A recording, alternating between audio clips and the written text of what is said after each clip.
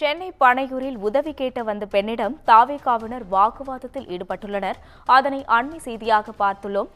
இதுகுறித்து கூடுதல் விவரங்களை நமது செய்தியாளர் சிவகுமார் வழங்க கேட்கலாம். வணக்கம் சிவகுமார், உங்க விவரங்களை பதிவு செய்யலாம். அதாவது சென்னை பனையூரில் உள்ள தமிழக வெற்றி கழகத்தோட தலைமை அலுவலகத்துல நடைபெறக்கூடிய மாவட்ட நிர்வாகிகள் கூட்டம் இன்னைக்கு நடைபெற்று இருக்குது.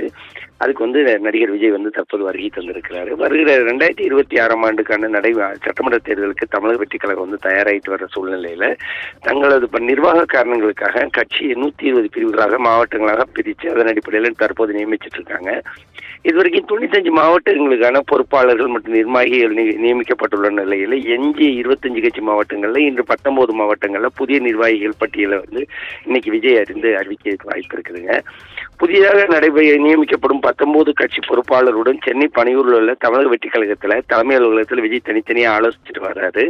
அதே மாதிரி அதுல என்னன்னு பாத்தீங்கன்னா, தற்போது அங்க விஜயை சந்திக்க அனுமதி கேட்ட ஒரு பெண்ணை உள்ள செல்றதுக்கு அனுமதி கொடுக்கல அப்படின்னு சொல்லி ஒரு சச்சரவு தற்போது உருவாயிருக்கு. இதனை அடுத்து பேட்டி கொடுக்க வந்த பெண்ணை பேச விடாம தமிழக வெற்றி கழகத்தின் நிர்வாகிகள் கத்தியதால பேட்டி கொடுக்க வந்த பெண் பேச முன் வந்த பெண் பேட்டி கொடுக்காம போயிட்டாங்க.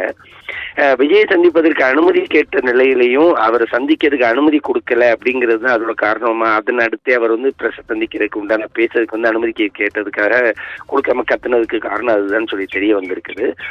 ஏற்கனவே பல முறை பிரச்சனைகள் சிக்கிய நிலையில தற்போது இந்த பனையூரில் நடைபெற்று வர இந்த கூட்டத்துல அவர் முன்னாடியே கட்சியோட தலைவர் முன்னாடியே ஒரு பெண்ணை இந்த மாதிரி பண்ணியிருக்கிறது இங்க ஒரு சச்சரவை ஏற்படுத்தி இருக்குதுங்க.